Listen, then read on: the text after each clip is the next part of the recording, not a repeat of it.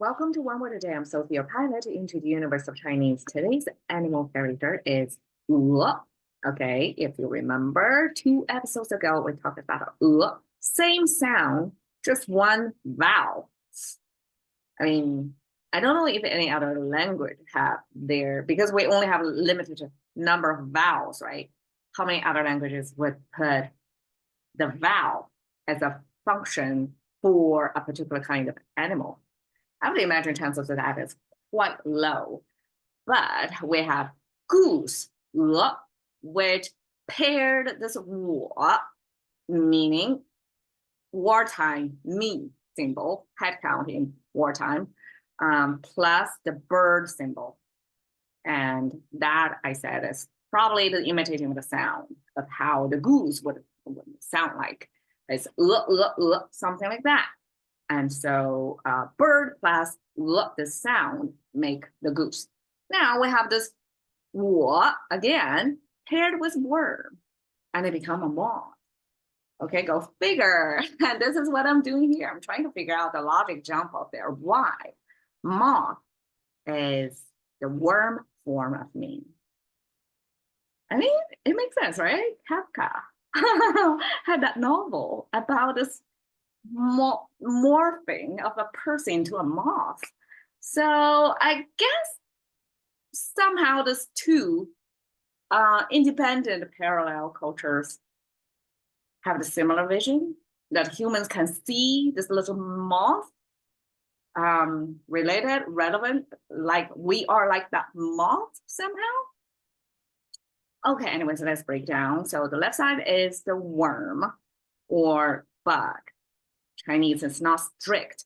The scope of this character is quite fuzzy. And we have to contextualize it to see exactly, is it a worm, a soft body one, or bug, the hard shell insect one. I think it's called an exoskeletal type of animals.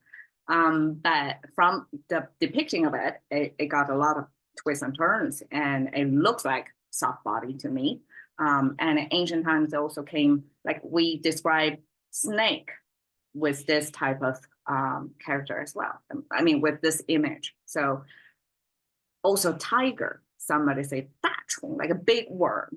How can that be tiger? But it happened during history.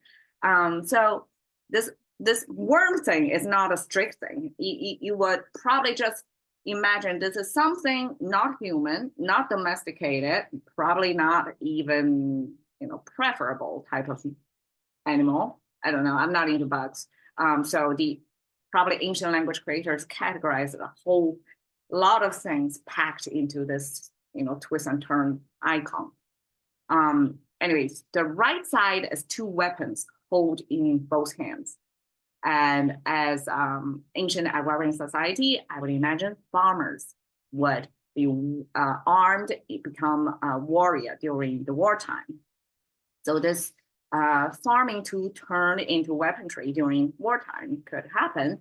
And this sharp edges, I haven't found the exact historical artifact to show how that looks, the farming / fighting tool.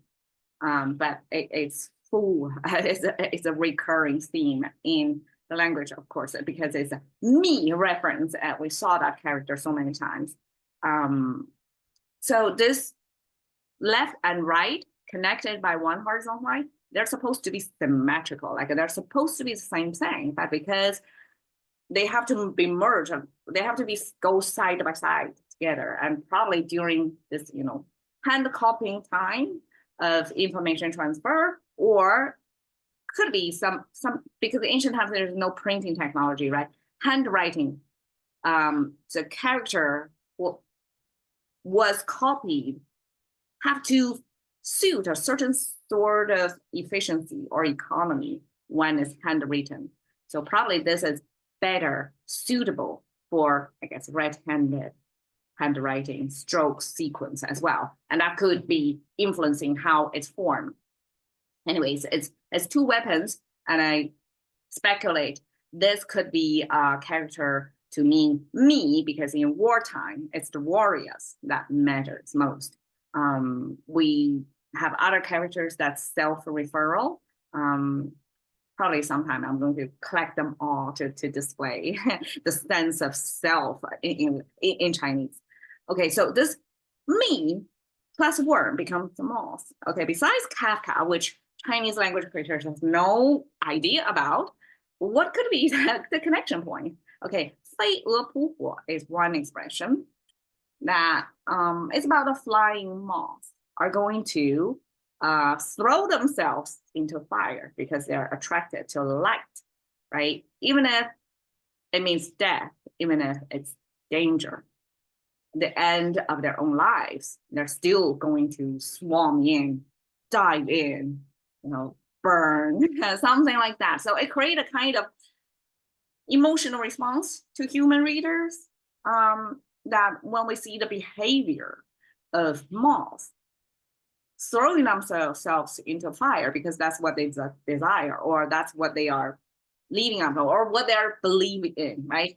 Humans can relate, transfer that onto ourselves. Could be we sacrifice our lives, ultimately sacrifice into something we believe in, the fire that we burning our lives for.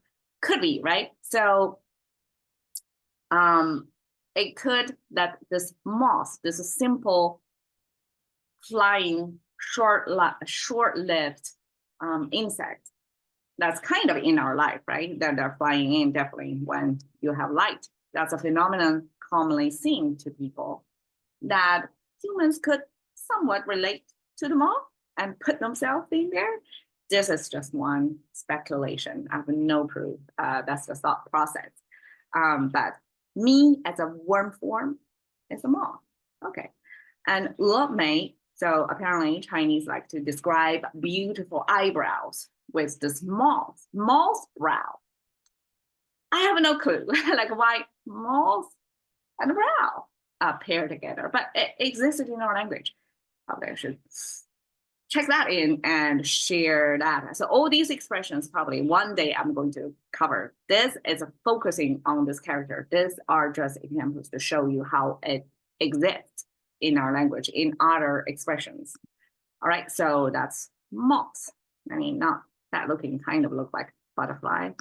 Thank you for your time. Here you go. Look.